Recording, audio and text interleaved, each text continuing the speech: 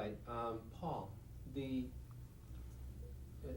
the first years of the Depression, the country was experiencing, obviously, a big economic crash. What effect did that have on the Ford Motor Company, and specifically in the year 1931? What was happening for the Ford Motor Company at that period of time? Well, that was the first year that really hit Mr. Henry Ford very hard. He lost from 40% of the market down to 28%. His production had dropped to maybe 700,000 units, cars and trucks. He had to stop making the four-cylinder engine. He laid off a lot of people. It was very discouraging for Mr. Ford because he had had such good years. 1930 was still a very good year for him. Perhaps the happiest year of his life was 1929. In 1929, he had regathered #1 place. In 1929, he had sold over 1,800,000 cars. His payroll was, I think his payroll was about $733 million. His employees in the Rouge plant alone were over 98,000 people. But by 1931, it hit him very hard. He had laid off a lot of people. By 1931, I think he only had 30,000 people working. So it was a very bad year in 1931 for Mr. Ford. So is it fair that people are saying, you've got to help us, Henry? You're laying off all these people. You have to help us.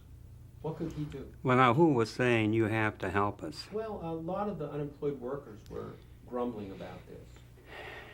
Well, it was bad, and it was bad for Mr. Ford, too. He gave a lot of money.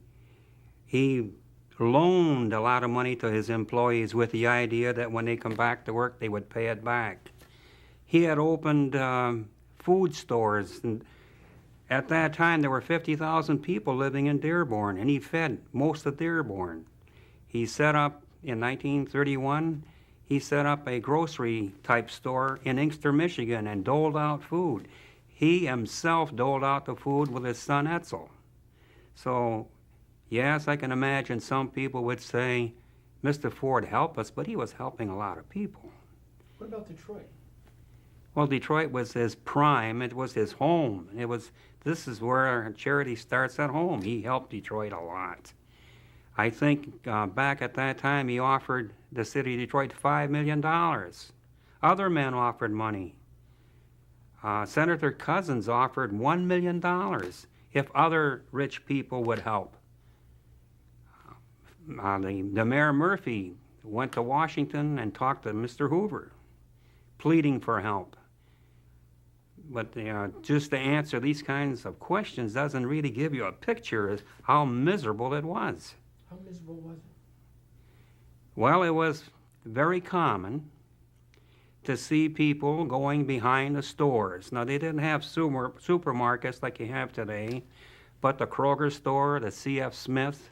On Saturday morning, when the produce would come in trucks, the people that did have a job that worked at, say, a C.F. Smith, which was really a small store, the produce side, when they were trimming the head lettuce for display, they were discarding the trimmings, and people were there just grabbing it.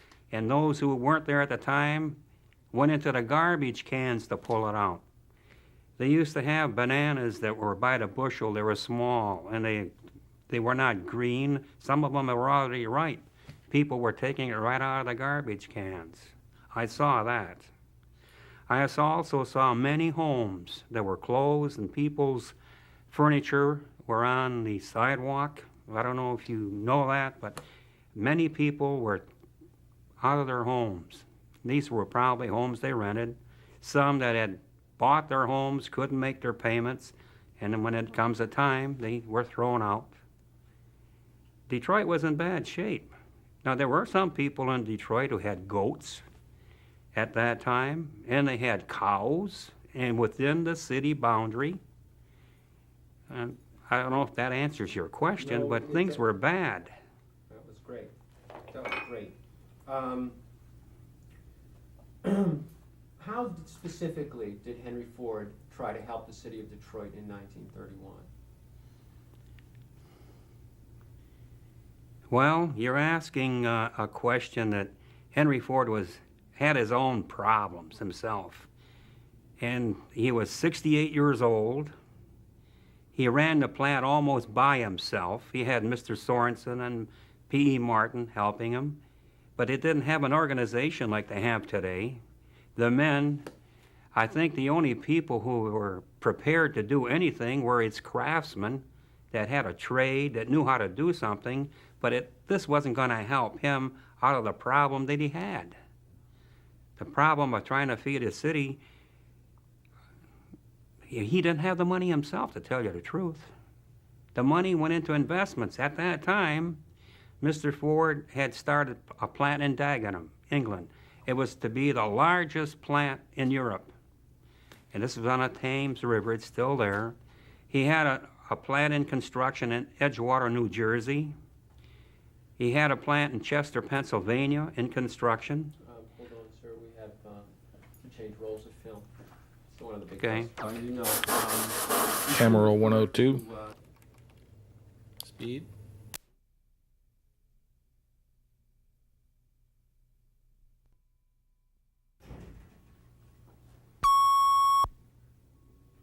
So was Henry Ford really helping out the city of Detroit in 1931? I think he was. I know that he loaned his employees that were not working money. He loaned them the money. Henry Ford wasn't really the kind to give money. He didn't believe in it. But he loaned them the money. I know that at that time, he loaned the city of Detroit $5 million. But Mr. Ford also had his own problems. He had bills to pay himself. In 1931, his turbine 1 and 2 in the Rouge came on. He updated his powerhouse.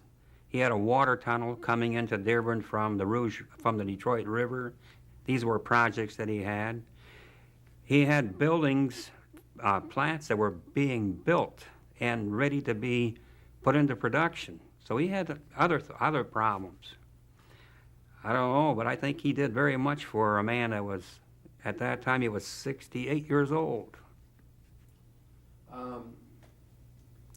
Now, the other car companies, were they helping out the city of Detroit or helping out? I can't really say if they were, but I think everybody that could really tried to help. I don't know about other companies, but other companies were in worse shape than Henry Ford. Other companies went out of business. In 1931, even though there were new cars that came on, maybe 8 car lines went out of business. At least 5 that I can tell you were bankrupt, so they can't help either. Yeah. Now, in August of 1931, employment at the Rouge plant falls to an all-time low up to that point. Yes, I think it was about 33,000 at that time. Yeah, our figures show It did get worse. 37,000, half of them working half-time. Well, it's hard. It depends. Yeah. But Henry Ford is up to something here. What is Henry Ford doing in August of 1931 when he slows down the plant for retooling? What is he really trying to do? Well, when you're retooling, you're busy trying to get your new equipment in place, the installation of the equipment, trying it out, making preliminary parts. Could you start again, please? I'm sorry, because the stumble's going to be hard to work with. All right. And the... Was it actually, let me rephrase the question. Was this a nasty thing to do, to retool for the V8? No, it was necessary for the Ford Motor Company to exist. The Model A had stopped. It wasn't selling. Chevrolet had come out with a 6-cylinder engine. The 4-cylinder Model A was out. It had its day. Ford wanted to come out with a V8, and he was working on it. In August, this is normally the time of retooling and installation. It's a downtime as far as production goes, and everybody's working, trying to get the new equipment in place, all the new tools, try it out, parts made, inspect it, to make sure that everything works. Everything is as a dry run. And the people that are qualified to do that are the tool makers, the Knights of the Ford Motor Company, and the people that did the work on the line, they weren't needed. So they just, the day at that time, it just let them go. Sometimes they were told to go home at 11 o'clock in the morning because there was nothing for them to do. You just could not stand around at Ford Motor Company, and I'm pretty sure it was that in the industry. If you're not doing anything, punch out. Now, actually, in a lot of ways, I'd like you to talk about, can we cut for a second? Sure. Doing with this retooling? Why is he laying off all these people? And is there any positive side to this? I could say only this, that to tool a new engine, to tool a new car, it's not just a V8 engine that he was working with. He had many problems. The early castings were too thin. When they make an engine, try it out, you had a failure. The engine block would crack. It would get too hot.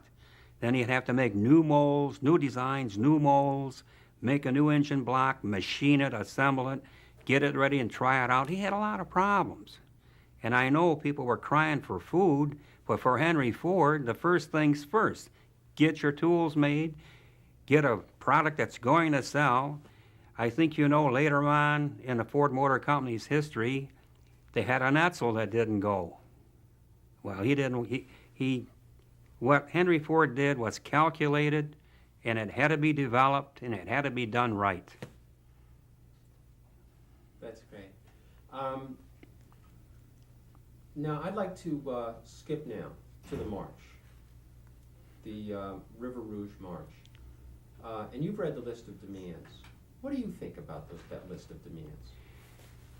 Well, I suppose if I were 19 years old and knew nothing about the automobile business, or if I knew nothing, it would sound fair to me. Some of those demands were ridiculous.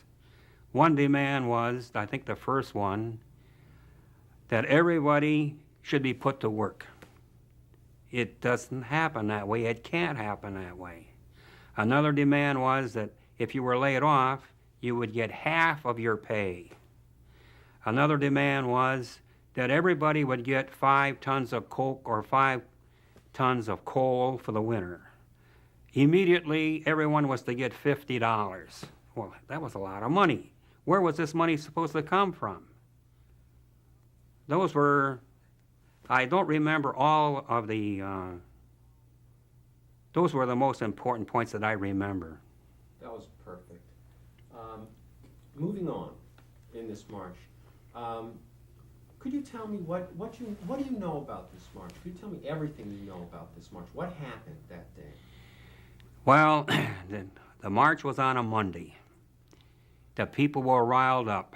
It was a very cold, windy day. They had met the day before on a Sunday, and they were riled up. They were angry to begin with. They were hungry. They marched down Michigan Avenue. They had a police escort. I think Mayor Murphy was very pleased to have the problem out of his city.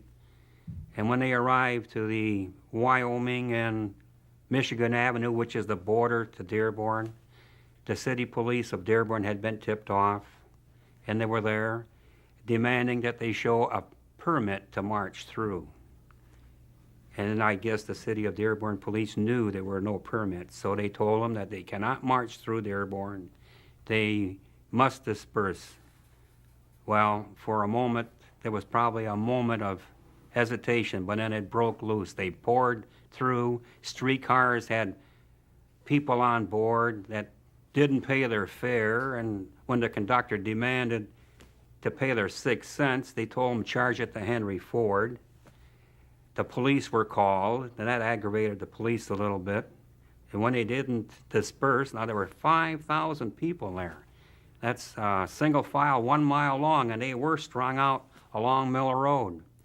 The police tried to break it up. They shot tear gas into the demonstrators, or a mob, really. It was windy. The Dearborn police were excited.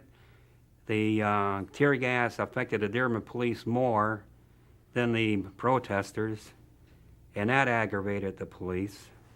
By the time they got to the Rouge plant, which was about a mile from Michigan Avenue to Gate 4 on Miller Road, there was a lot of commotion. They were throwing rocks at the windows because the factory it was all lined with windows on Miller Road, and the windows were easy to break. That aggravated the police too. And then it was just about lunch hour. Harry Bennett, who was the personnel director for the Ford Motor Company, was interrupted. He was showing a film to I think Governor Green. We had a governor named Brucker at that time, but Governor Green was the previous governor. So Harry Bennett looked, oh, geez, I can just see, I can imagine, he was saying, 5,000 people and the police and the fire department. And as he was going to Gate 4, he was told that the Dearborn Fire Department had turned water hoses on the demonstrators. That, I'm sure, aggravated them a little bit. I think it's Gate 3. No, sometimes they made mistakes on that. Gate 4 is that famous Gate 4. It was really Gate 4. Gate 3 was south about a half a block. And then there was another gate north, was Gate 5. But Gate 4 is the one. Okay, please change focal length. Just go on with your story.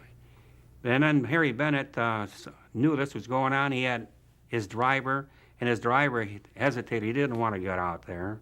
So Harry Bennett said, well, let's change film. Okay, because we came to the Great Dome. okay. Bart? You know, there Camera are one.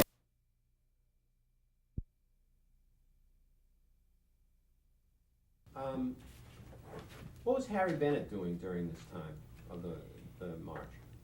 well, it was around the noon hour. He was showing a film to the ex-governor Green, if I remember right.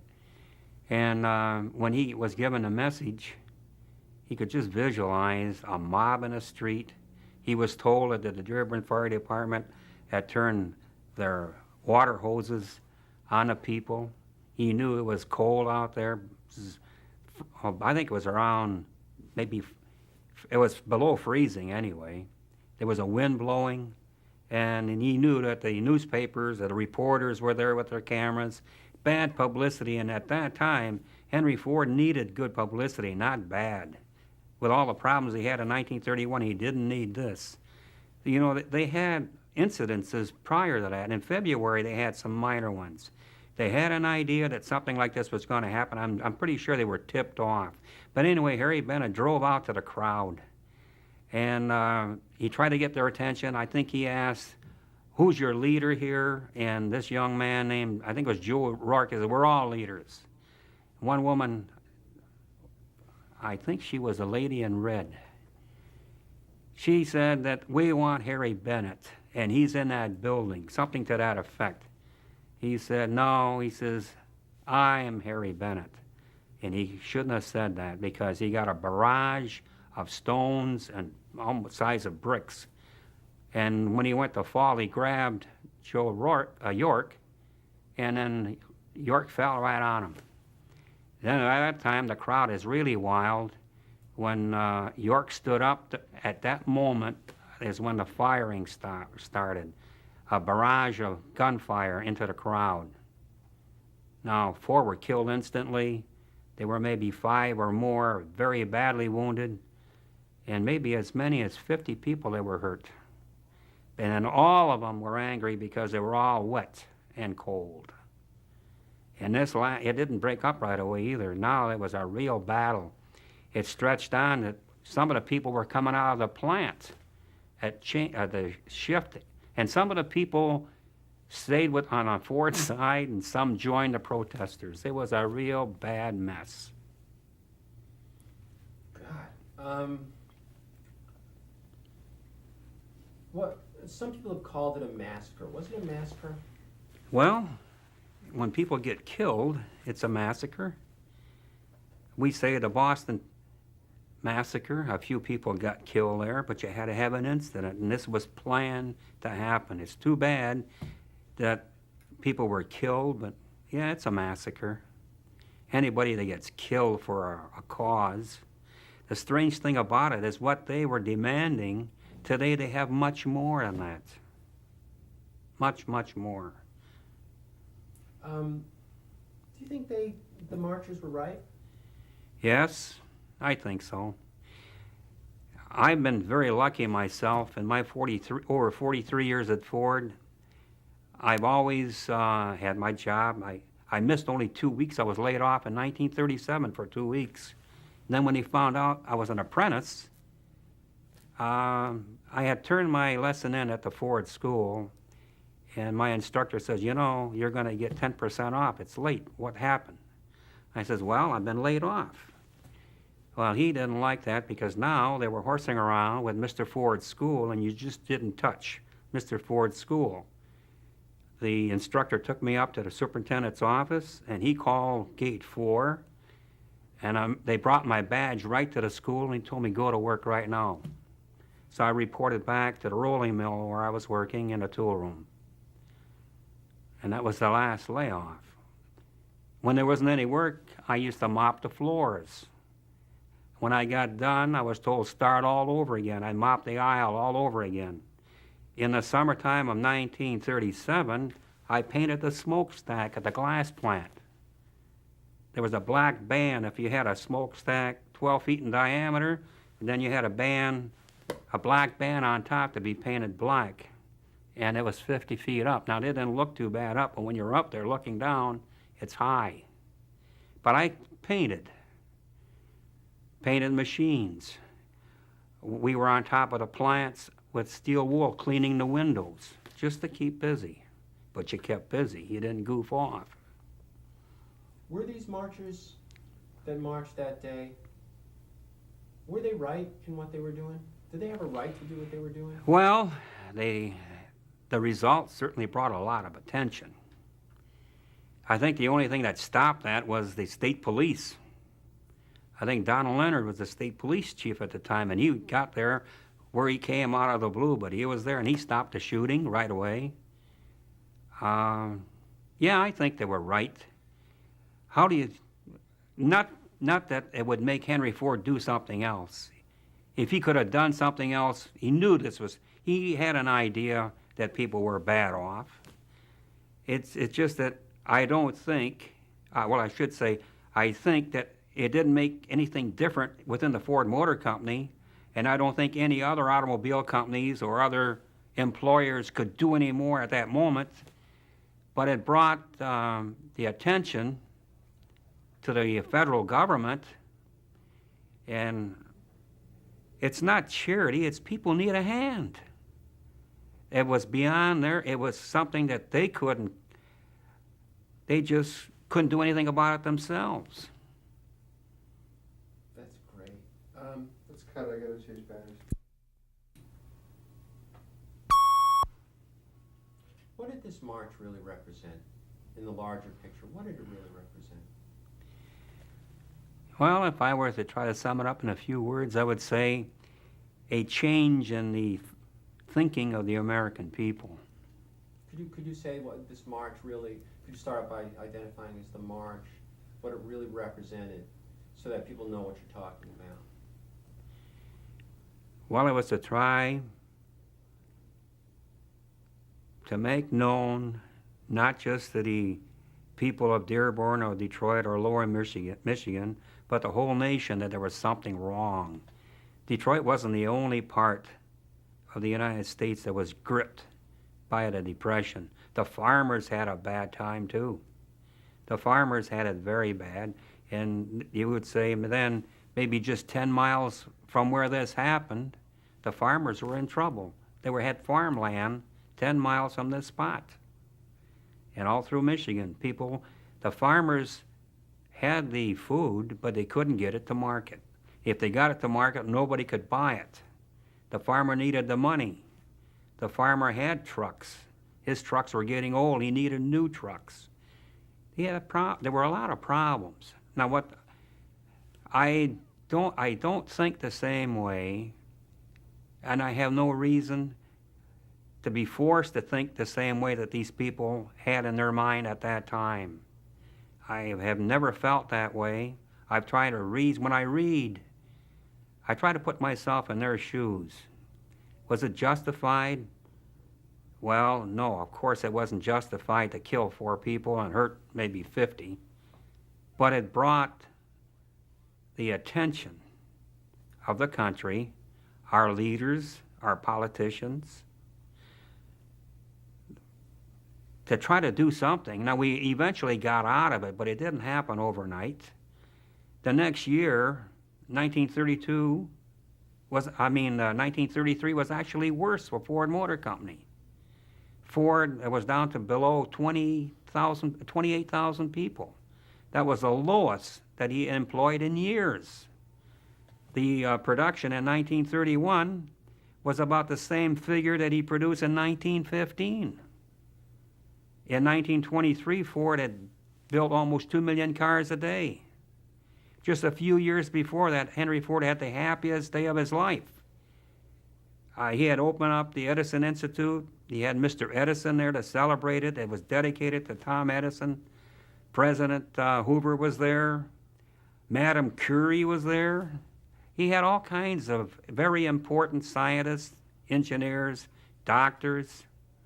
The president and his wife, of course, were there. But this was a very happy day for Henry Ford. It's something that he wanted to do for his friend Edison.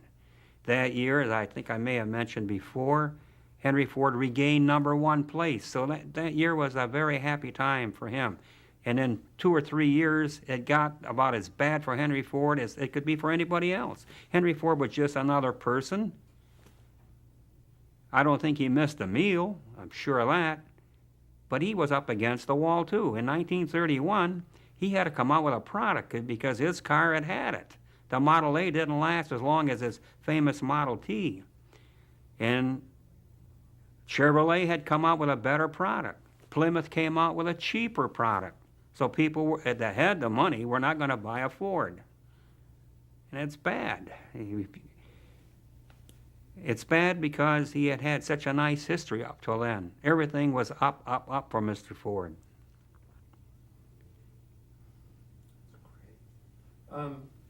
We only have 16 feet, maybe we should just change. Yeah, just roll it out. I'm gonna go to another roll. Eric, this is the last one I have loaded. Yeah, I'm gonna need one more. Yeah, one more. Invasion of Normandy. Camera the 104. Americans that died there.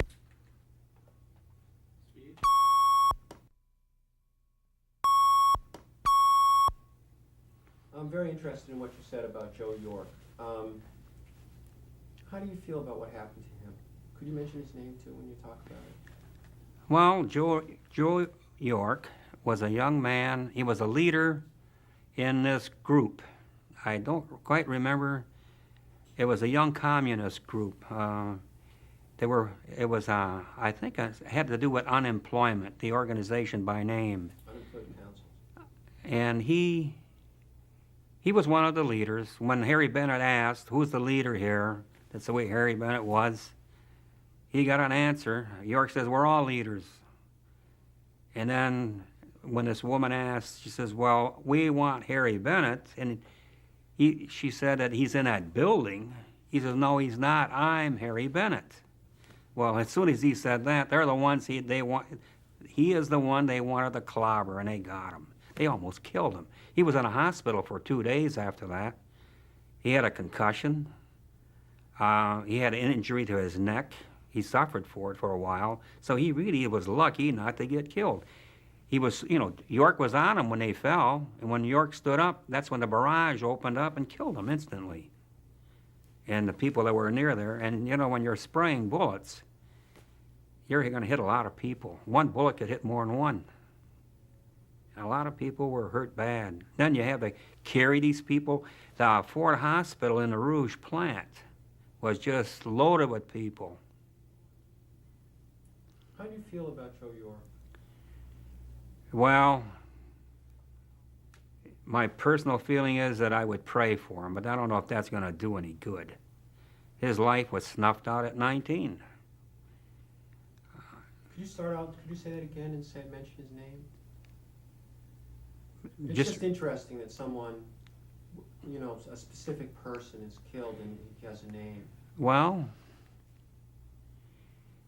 when there's a crowd, it's just a crowd. But when there's a massacre, someone dies, and he usually is at the head of the column. It happened to be Joe York, and he's dead. And then right now, there's a tombstone at the Woodmere Cemetery, and nobody knows the story. But he was one of the leaders of that march. So he lost his life. I think he was an American. He lost his life for a cause. I think I would put him in with the men that died at Valley Forge, the men that died at Bastogne, the men that died at Guadalcanal, people, wives or mothers and children that were killed in a bombing. They were all innocents. For what? That's what's hard to understand today. If you read history, you can't really get the feeling of what really it's like unless you're there. And if you're there, you can't talk about it because you're dead. And that's what happened to Joe York. He died for his cause. I don't agree with everything he did or why, because I don't think I'd have done that. I wasn't hungry. That's maybe. I never missed a meal in my life. That's great. Should the federal government have been providing relief? Well, at the time, the federal government were just people like you and I. We had senators, we had representatives, and we had a president. And we had a Supreme Court, too, and they were all leaders. What are they going to do? They're not hungry. They were well taken care of. They couldn't get the feeling. They had no idea. But they were our representatives. They were our leaders. Today, if something goes wrong and people need help, the government will step in, and that's us. All of us should help. My father helped in our neighborhood. I used to come back from the Kroger store, and it wasn't any supermarket. Maybe a loaf of bread, and lucky if we had some butter, a few eggs. And if you had a couple of slices of bologna, I'd be walking home. The neighbor kids would see me with a paper bag, and they'd follow me. They were hungry. They'd knock on the door, my dad would take the loaf of bread and cut it in half. He knew it was going to feed somebody. Everybody did that in the neighborhood. I don't think it was considered charity either.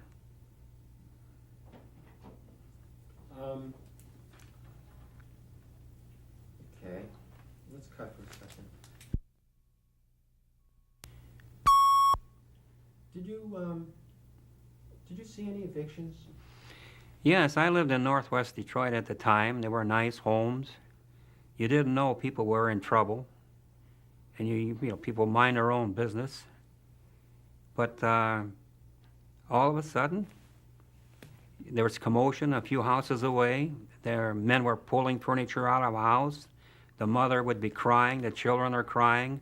All the furniture was put out on a sidewalk, and there she is. No matter if it was raining or if it was cold, and they were there. My mother went over to one lady, I don't want to mention her name, but brought the lady in our house and the children, and until the father got home. I do remember that. What happened to these people who found themselves without a home? Well, some people were fortunate to have relatives that they could move in with. I don't know what happened to all of them. I don't even know what happened to our neighbor. That was just 2 doors over. I didn't know. Of course, at that time, parents didn't tell children a lot of things. They kept bad news from their children. But maybe my mother knew about the lady's problem. I don't know.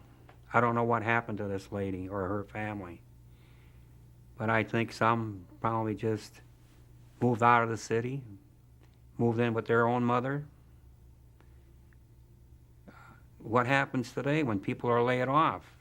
Early 1982, we had a very bad time here in Detroit. and people were laid off, and kids moved back in with their parents. They're lucky. Or their brothers and sisters. Back then, I suppose they did the same thing. Why were the communists so successful during this period of time? Why were they so successful, especially in the burgeoning labor movement? Well, I never really gave it much thought why they were successful. Because I don't really think they are successful.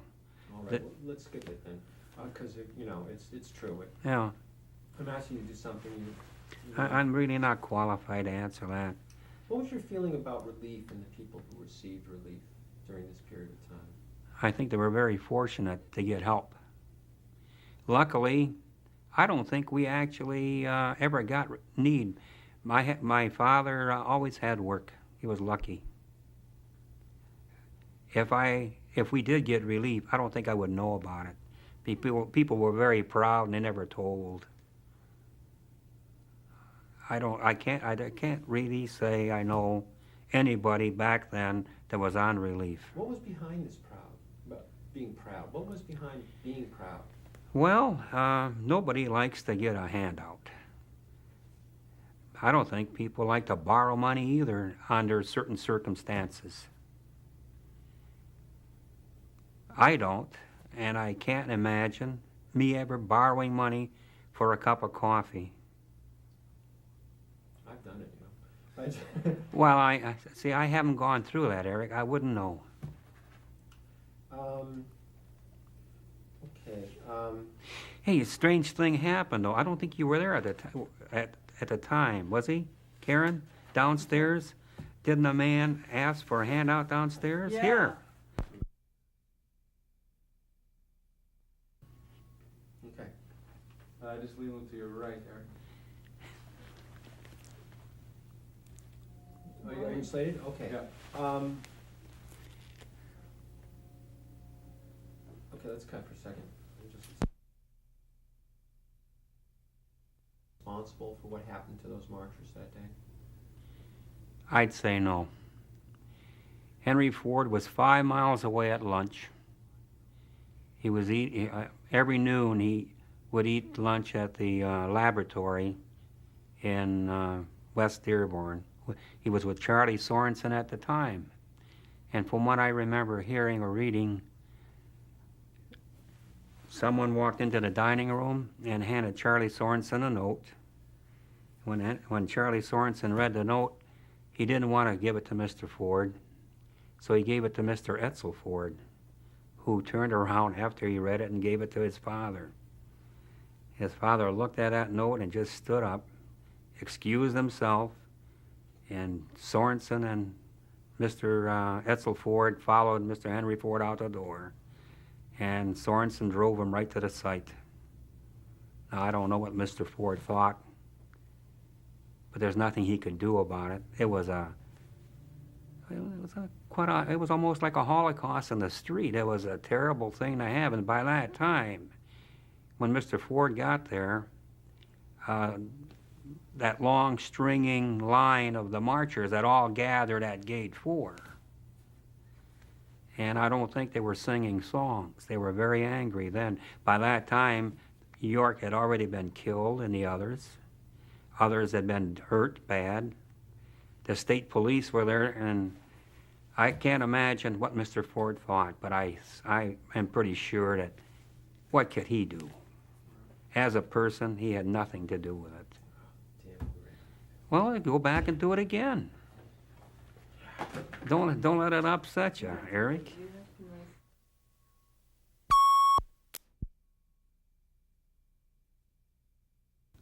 Was Henry Ford responsible for what happened to those marchers? I'd say no, and I would say I can't imagine why anybody would ask that question. He could not be responsible for that, no. Well, could you explain that he was at lunch, he came down there and to look at the scene, and could you explain that scene again? Well,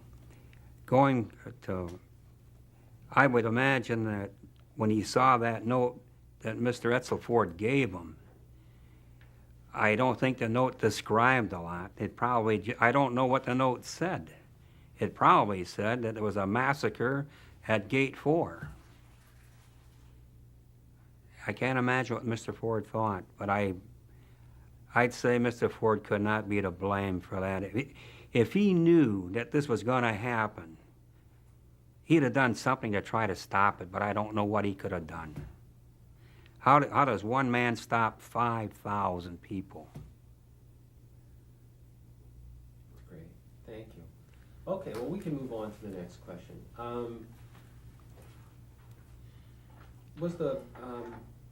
What do you think of the increasing political activity during 1931? There's these unemployed council people out in the street. There's, communist slogans on the walls. There's people accusing Mayor Murphy of being a fascist. There's people accusing Henry Ford of being a fascist. There's, they call it Ford Murphy. Did they have the word fascist in 31?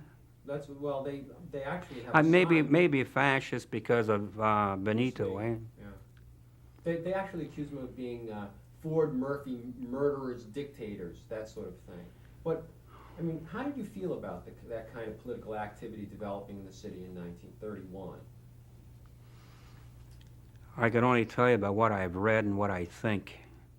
I was, in 1931, I was 11 years old. But from what I've read and from what I think that there was a natural, normal reaction for people. If I were hungry, and if my wife couldn't manage the home, my children didn't have food, and if I faced eviction like many did, I think I would do something. But I don't know what good it would do. Now when I look at it, I don't know what I could do. Nothing. Maybe just nothing. They were trying to do something. But I don't know what went through their mind as to what they were going to get out of this. When the Ford Motor Company made cars, they didn't bake bread, so they couldn't expect to get bread there at that time. That's great. Boy, I think I'm going to get stoned if this comes out and my family sees this thing and say, that old SOB, No, they're not. No? No. Okay. They're gonna say, I don't mean to feel cold about it, but what the hell can you do? Nothing. Not a thing. it was that bad. Well, this is being taped, so I would say years ago there was one that multiplied the loaves and the fishes, but could not be Mr. Ford. He was an automobile manufacturer. He couldn't perform miracles. Not this kind of a miracle, and that's what you need at that time.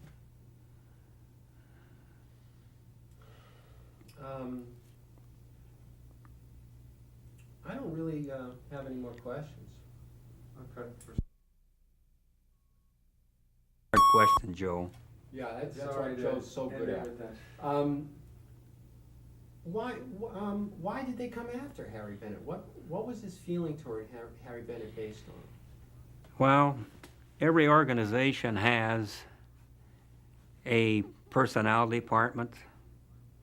A personnel department handles personnel, and when personnel have to be laid off, fired, or dismissed for any reason, the head of the department is the one. And they didn't blame Sorensen for the layoffs. They didn't blame P.E. Martin or Mr. Ford directly.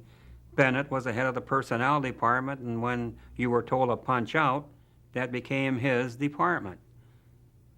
And Harry Bennett was a nice, popular name, and he took it. People hated the word Bennett. If I had my name Bennett, I would change my name. They had to hate somebody. They went after Harry Bennett. He was the one that hired and fired. It came under his jurisdiction. They were blamed, Harry Bennett was blamed for favoritism, and it was all trickled down through his organization. Some foremen kept people on that the foreman liked. If the foreman didn't like you, he found something wrong with your work, and you were out. You may work 2 or 3 days a week. But everything was blamed on Bennett and his organization. Harry Bennett had the palace guards came under Harry Bennett. Some of those men were not gentlemen. And when they manhandled employees, some employees were angry, and if they didn't do what they were told, then they were evicted. Force. They blamed Harry Bennett. It was his organization. It was his department. Okay, that's great. Let's cut for a second. Now you have a question. I say Harry Bennett had a lot of guts. When he was asked, or when he was told that the crowd was after Harry Bennett and he was in that building, he told them, "You're wrong, I'm Harry Bennett." And that's when they clobbered him. They were out to get him, and they got him. Luckily, they didn't kill him, but they nearly killed him. Okay. Can we just cut for a second? Sure. A lot of Karen, too. The two of us say. What did Bennett represent? Well, he represented the personnel department of the Ford Motor Company at the time. And he followed the policies and the procedures of the Ford Motor Company at the time. The Ford Motor Company had policies with employees. When you hired in, you were given a little card, and you were told what you can do and what you can't do. One of the things is that you can never punch out another person's card. You got fired for that, and it tells you right on the instruction. And Harry Bennett would see to it, by his guards watching, that at the time clock, that everybody that had one card only punched one card. That's so no cheating on that sort of stuff.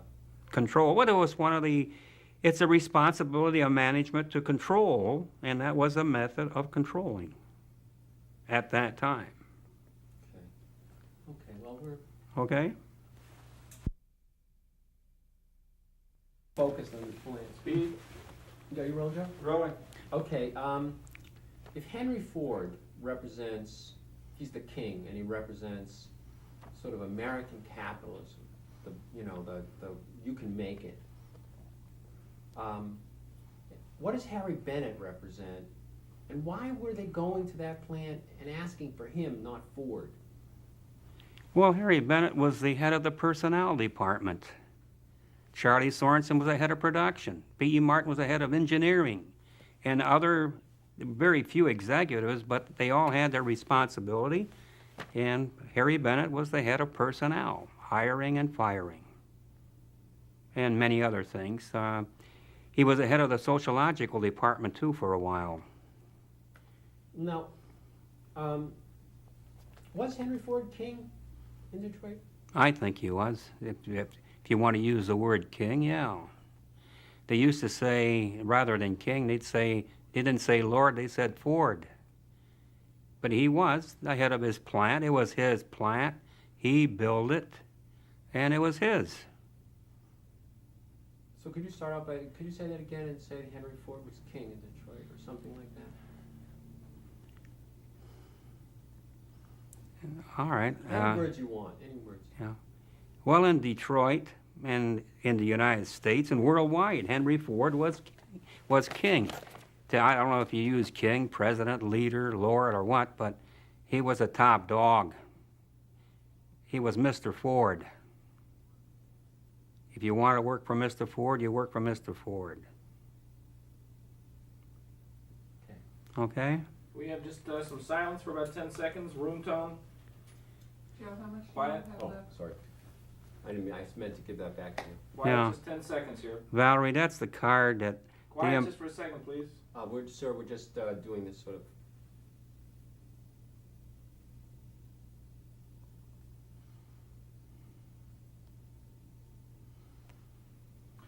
Okay, and room tone.